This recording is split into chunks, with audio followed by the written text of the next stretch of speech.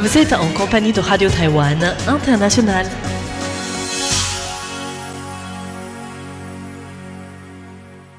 Bonjour à tous et bienvenue sur l'antenne française de Radio Taïwan International. Ici Lisa Dufaux pour vous présenter le programme de ce samedi 22 février. Vous pourrez écouter la revue de presse de l'actualité qui vous sera présentée par Valentin Floquet avant de me retrouver avec Floriane Daille pour vous présenter le courrier des auditeurs. Et enfin, nous finirons le programme de ce jour avec La Ville en pratique présentée par Clément Tricot qui vous propose cette semaine une revue de presse. Je vous souhaite à tous une excellente écoute et je vous laisse sans plus tarder en compagnie de Valentin Floquet pour la revue de l'actualité de la semaine dont voici les principaux titres.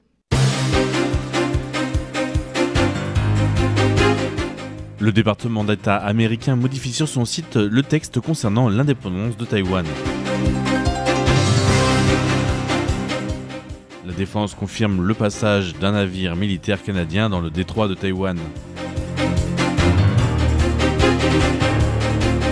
Taïwan a perdu le contact de 52 de ses ressortissants en voyage en Chine depuis début 2022.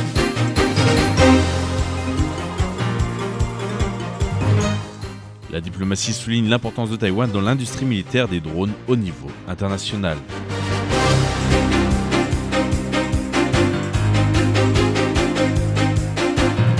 La Qingde réitère l'importance des câbles sous-marins pour le pays.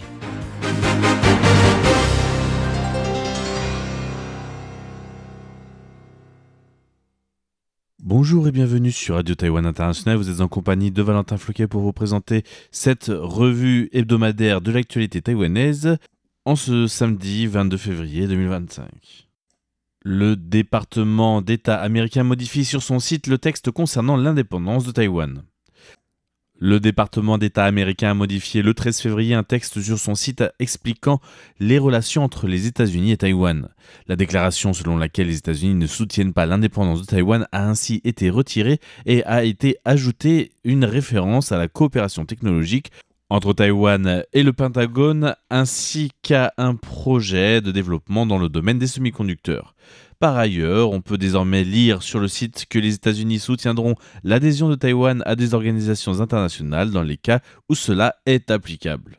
On lit également « Nous nous opposons à tout changement unilatéral du statu quo par l'un ou l'autre côté du détroit de Taïwan et nous espérons que les différences à travers le détroit seront résolues par des moyens pacifiques, sans coercition et de manière acceptable pour les populations des deux rives du détroit. » Le ministre taïwanais des Affaires étrangères Lin Chia-long a salué le soutien et la position positive de Washington concernant les relations taïwano-américaines. De son côté, la députée Wang Hongwei du KMT a averti que ces modifications pourraient faire partie de la stratégie de négociation de l'administration Trump et que les propos retirés du site du département d'État risquent d'être remis plus tard.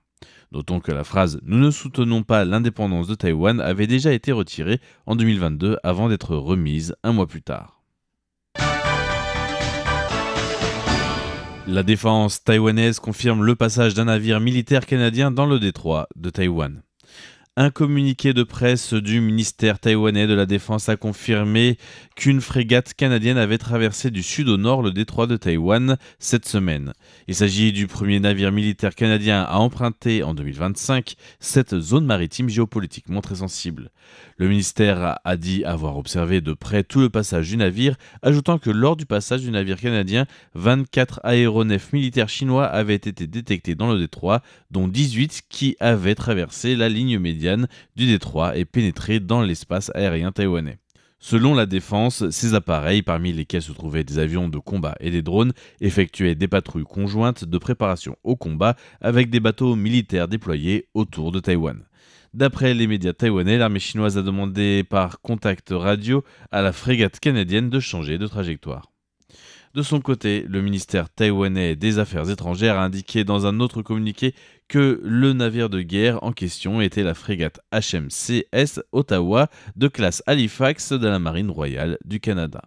En réaction, les autorités militaires chinoises ont accusé la marine canadienne de tenter de provoquer des troubles et de porter atteinte à la paix dans le détroit de Taïwan. Pour rappel, un navire de la marine américaine avait également traversé le détroit de Taïwan la semaine dernière, marquant le premier passage de ce type depuis l'investiture du président Donald Trump le 20 janvier dernier. Taïwan a perdu le contact de 52 de ses ressortissants en voyage en Chine depuis début 2024.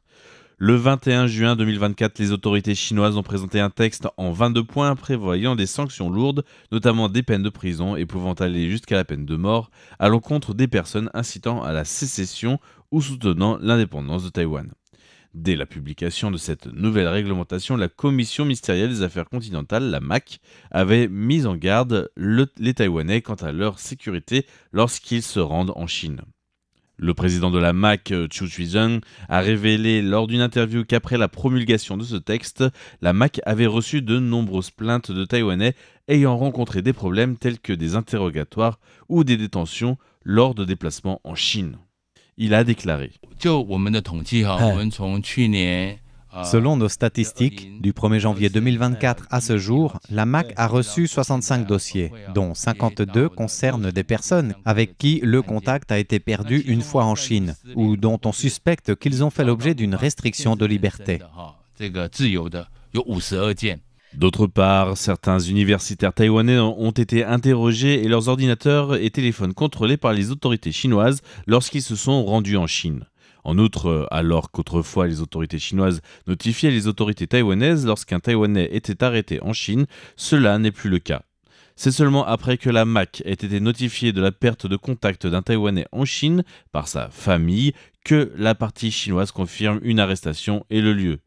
Chu Chuizheng a ainsi une nouvelle fois appelé les Taïwanais à faire très attention à leur sécurité personnelle lorsqu'ils se rendent en Chine. Il a précisé que la MAC avait fait savoir à plusieurs reprises à son homologue du côté chinois, le Bureau des affaires taïwanaises, que cette réglementation ne faisait qu'aggraver les relations entre les peuples des deux côtés du détroit de Taïwan. Chu Chuizheng s'est aussi exprimé sur le fait que certains Taïwanais auraient en même temps un permis de résidence en Chine mis en place par la Chine à partir de 2018. Chu Chuizheng a déclaré à cet égard que le gouvernement proposerait un amendement aux dispositions concernant les relations interdétroits après consultation d'experts juridiques afin de régler ce problème.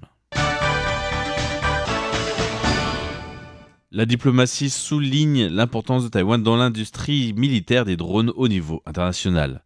Le vice-ministre des Affaires étrangères et ancien ambassadeur en France, François Woo Jong, a donné une interview au magazine ukrainien Counter-Offensive début janvier qui vient d'être publié. Il a souligné qu'au cours de ces dernières décennies, il était généralement admis que les cercles de réflexion en géopolitique, que l'intégration de la Chine et de la Russie dans le système commercial mondial contribuerait à promouvoir leur démocratisation. Cependant, l'attaque de l'Ukraine par la Russie a montré que cela était une vision trop naïve. Selon Woo Jong, la réponse stratégique appropriée actuelle serait d'essayer de séparer la chaîne d'approvisionnement rouge et la chaîne d'approvisionnement démocratique. L'article souligne par ailleurs que Taïwan a tiré les leçons de la guerre russo-ukrainienne sur le plan technologique, à savoir l'importance des drones de petite taille fabriqués en grande quantité à un prix abordable. Le gouvernement taïwanais a ainsi lancé un programme national de développement des drones en 2022 avec comme objectif de produire 15 000 drones tous les mois dans les prochaines années. Le président Lai Ching-te a souligné à cet égard, dans son discours d'investiture en mai dernier, son souhait que Taïwan devienne le principal hub asiatique des chaînes d'approvisionnement dans le domaine des drones pour les démocraties occidentales. Le vice-ministre a précisé que Taïwan espère jouer un rôle plus important dans la restructuration des chaînes d'approvisionnement mondiales en garantissant que ces semi-conducteurs ne finiraient pas entre les mains de la Russie ou d'autres pays autoritaires, tout en renforçant la défense locale pour répondre aux menaces militaires chinoises. Woo Jong estime que Taïwan est un acteur clé, non seulement en raison de sa position prépondérante dans la production de semi-conducteurs, mais aussi en tant que démocratie à condition que les autres démocraties coopèrent avec Taïwan d'égal à égal. Le développement des technologies liées aux drones nécessite des échanges d'informations au niveau international.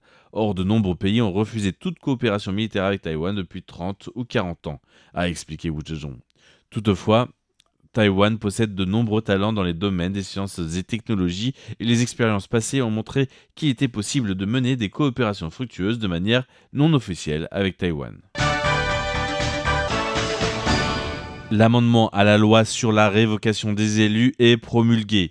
Le président Lai Ching-te a promulgué le 18 février dernier les amendements à la loi sur l'élection et la révocation votés en décembre dernier. Ces amendements, confirmés par le Parlement le 11 février, à la suite d'un nouveau vote demandé par le gouvernement, entreront en vigueur le 20 février. Selon la loi amendée, les exigences relatives aux pétitions utilisées pour lancer la révocation des élus sont renforcées. L'auteur de la demande de révocation et l'ensemble des signataires doivent désormais fournir une photocopie de leur pièce d'identité, contre numéro d'identité et adresse jusqu'à maintenant. D'autre part, l'utilisation frauduleuse des informations personnelles d'une autre personne pour signer une pétition est passible d'une peine d'emprisonnement de 5 ans ou d'une amende d'1 million de dollars taïwanais maximum, soit 29 000 euros. Le DPP a annoncé préparer une demande d'interprétation constitutionnelle sans expliquer comment cela serait mis en œuvre au vu du blocage actuel du fonctionnement de la Cour constitutionnelle.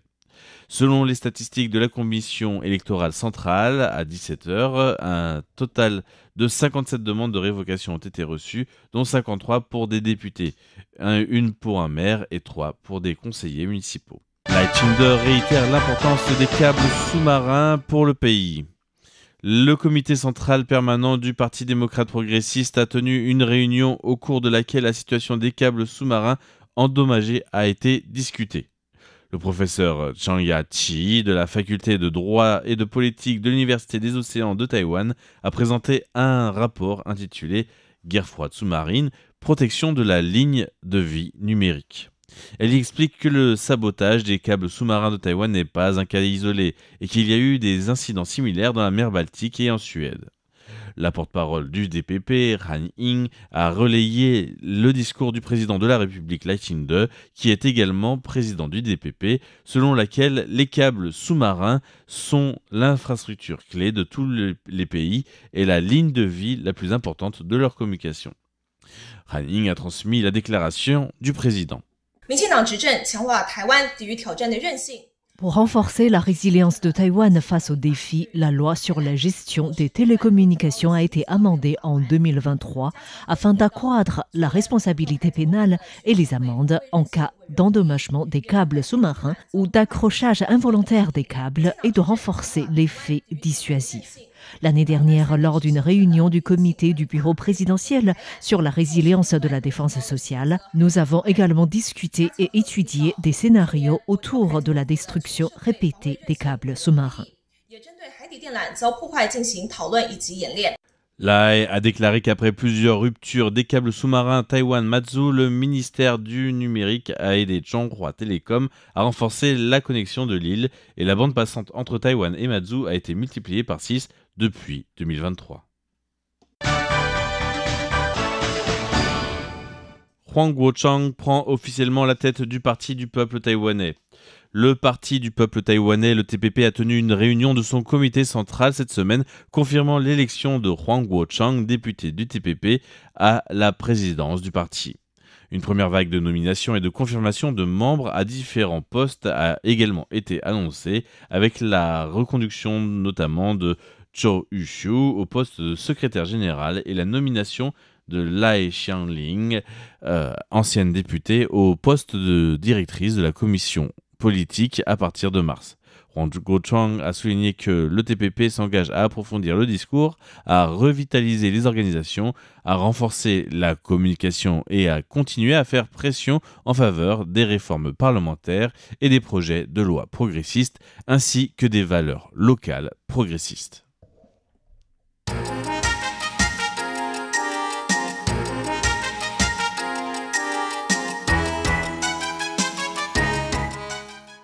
Et c'est sur cette annonce que votre revue de l'actualité hebdomadaire sur l'actualité taïwanaise se termine en compagnie de Valentin Floquet.